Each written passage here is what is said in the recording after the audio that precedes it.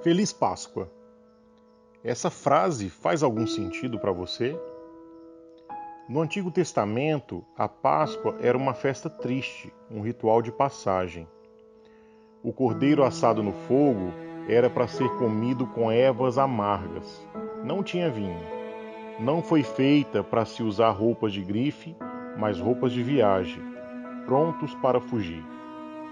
Sim, porque a Páscoa foi um atentado terrorista contra o Egito, uma praga que nem Faraó pôde mais ignorar. Porque durante a nona praga, a das trevas, a Bíblia afirma que durante 3 dias ninguém se levantava do seu lugar, nem enxergava o seu irmão. O número 3 é profético. Os 3 dias foi ontem, é hoje e será amanhã. A praga das trevas é a praga da indiferença e do egoísmo, porque ninguém enxerga o outro e ninguém se move para ajudar no que é necessário. Foi preciso uma revolução para mudar a escravidão de Israel. Não se engane, Israel não comemorou a Páscoa naquela primeira vez. Eles também estavam desesperados, tristes e angustiados, porque em 430 anos de escravidão haviam feito amizades entre os egípcios, passaram a amar os serviços que faziam e até respeitavam as autoridades que lhes davam chicotadas, mas eram gentis às vezes. Temiam também o desconhecido. Ninguém sabia o que viria à frente, nem Moisés. Ninguém conhecia nada a não ser os hábitos e o pequeno conforto que tinham no Egito. Será que teriam onde dormir, o que comer? E as crianças e idosos, como iriam atravessar o deserto? Mas a Páscoa trazia também uma coisa nunca antes vista por aquele povo: esperança. Apesar dos medos e da tristeza, Deus havia dito que teria uma terra só deles, Canaã. Mas dos milhões que saíram do Egito, somente Calebe e Josué viram a promessa se cumprir, junto com os descendentes de todos os outros que pereceram no deserto. O povo de Israel entrou na terra, mas as pessoas que saíram do Egito nunca entraram. Feliz Páscoa? Você está louco! A Suma Páscoa foi realizada por Jesus Cristo, o último sacrifício aceito por Deus para o perdão dos pecados. Esse cara mesmo, que nasceu no nordeste do país dele, na periferia da periferia, um cara que nasceu pobre e que sobreviveu até se tornar adulto. Na verdade, o primeiro milagre de Jesus não foi transformar água em vinho. O primeiro milagre dele foi sobreviver, porque o Estado tinha uma sentença de morte para ele e para as outras crianças negrinhas pobres da periferia que eram como ele. Fugir para o Egito, fazendo o caminho de volta, foi o início da revolução da verdadeira Páscoa de Jesus.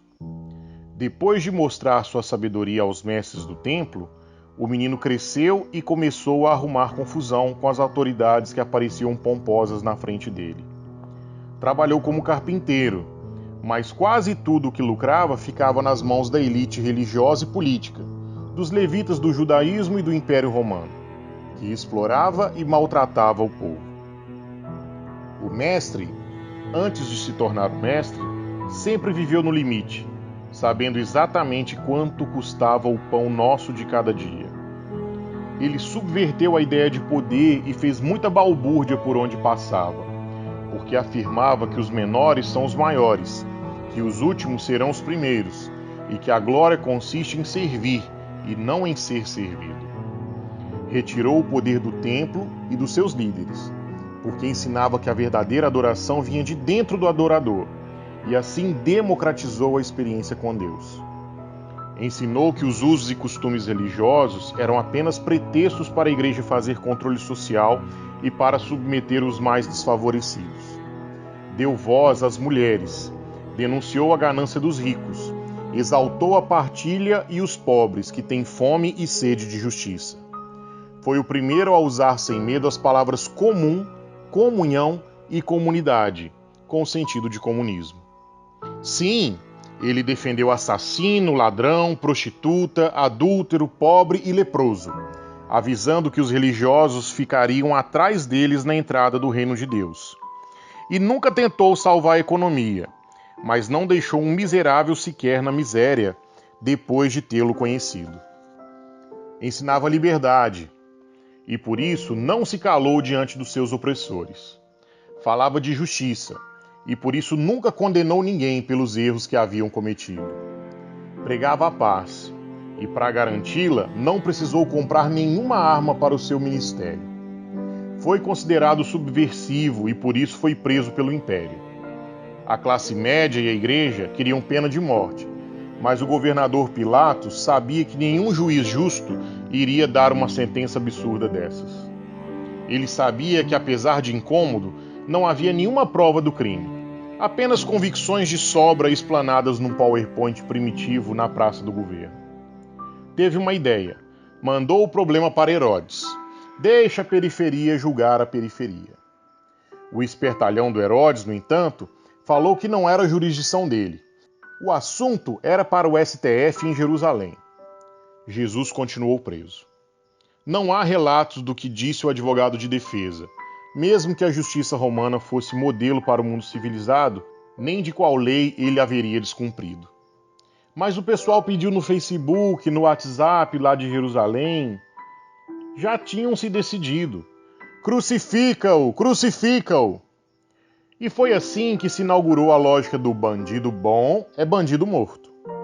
A PM romana entrou com caveirão e deu um corretivo no sujeito. Você sabe que eu sou a favor da tortura. Foi executado pelo Estado como um bandido perigosíssimo. Um homem imoral, escandaloso, desviado, profano, rebelde, desordeiro, herege. E ainda teve que ouvir piadinhas dos justiceiros na praça, porque a classe média disse que a ordem social estava em perigo. Jerusalém não pode parar! A família dele precisou se humilhar para poder dar um enterro digno a ele. Porque eles não prenderam o homem, eles tentaram matar uma ideia. Isaías profetizou que ele seria como uma raiz de uma terra seca. E foi aí que a elite quebrou a cara, porque de agricultura familiar não sabem nada. Só tem mesmo sementes transgênicas da Monte Santo. Qualquer raiz que se preze pode até não ser bonita, mas o que mais deseja é ser enterrada, porque aí pode frutificar. Feliz Páscoa, você diz, enquanto fica em casa se informando no WhatsApp e se atolando de chocolates e doces que não tem nada a ver com as ervas amargas da Bíblia Sagrada. Feliz Páscoa, você diz, enquanto ora a Deus pelo direito que você tem de adquirir armas e matar comunistas, gaysistas, marxistas, feministas, grancistas e defensores do isolamento social. Então tá, para você que se diz cristão, mas não segue a Cristo, desejo uma feliz Páscoa. Mas, para os que seguem os passos do Jesus bíblico, eu desejo só que não se desanimem. Vocês não estão sós. Há uma terra prometida para nós, mas é em outro lugar.